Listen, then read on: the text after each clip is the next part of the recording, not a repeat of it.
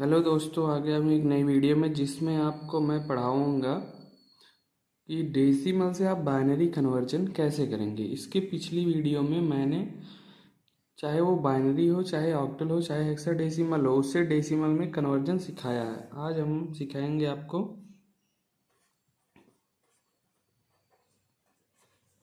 Decimal से किसमें binary कैसे जाएंगे।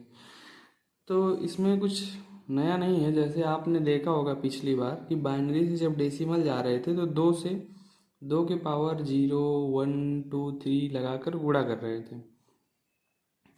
यहाँ पर क्या करेंगे, भाग करेंगे 2 से। ओके, यहाँ पर जैसे डेसिमल में दो पार्ट हो सकते हैं। एक फ्रैक्शनल पार्ट होगा, जैसे मैं आपको एक एग्जांपल के लिए लिख के दिखाता हूँ।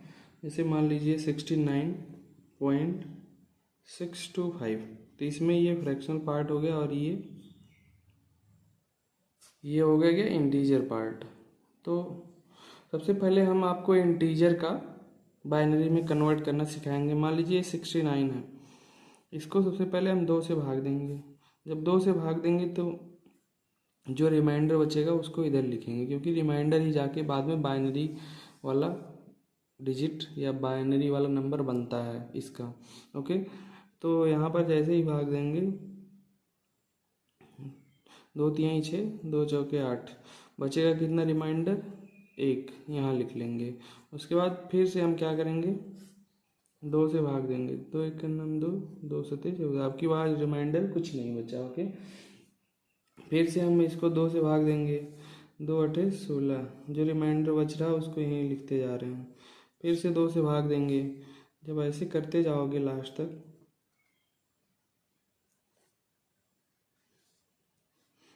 तो लास्ट में आपको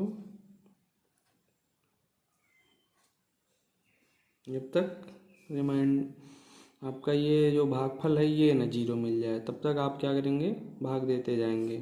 जब की बार 2 से भाग देंगे तो 1 नम 2, क्या हो गया, रिमाइंडर 0 हो गया।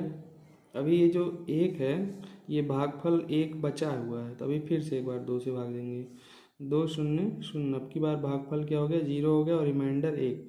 अभी ये क्या हो गया, 69 जो है उसका हमने इधर बाइनरी लिख दिया। अब नीचे से ये जो है लिख दो इसको 1 0, और ये 3 टाइम 0 है, ऐसे ऊपर को जाना है, 0 1 0 1। ये क्या हो गया, बाइनरी हो गया किसका, जो हम इंटीजर पार्ट लिखे थे 69 डेसिमल वैल्यू में, उसी का।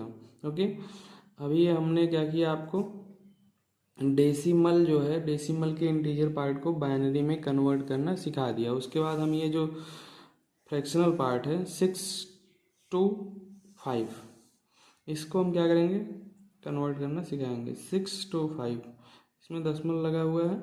अब क्या करेंगे, इसमें भाग देते थे, इसमें क्या करेंगे, फ्रैक्शनल पार्ट में गुणा करेंगे।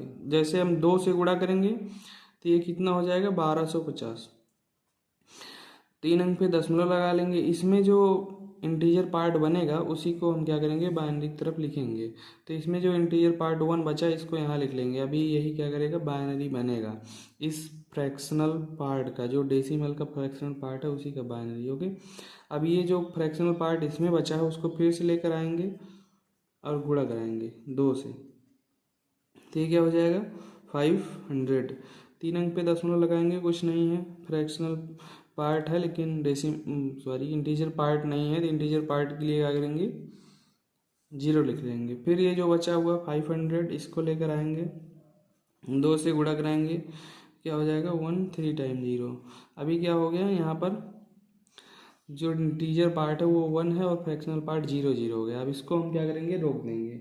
और रोकने के बाद क्या होता है, इसमें हमने नीचे से लिखा था ना, जो यहाँ पर आप देख सकते हो, जो ये डेसिमल लिखा था उसमें जो इंटीजर का बाइनरी करना था, उसमें जो ये आया था रिमाइंडर, उसको हमने नीचे से लिखते हुए ले गए थे ना बाइनरी बनाते टाइम।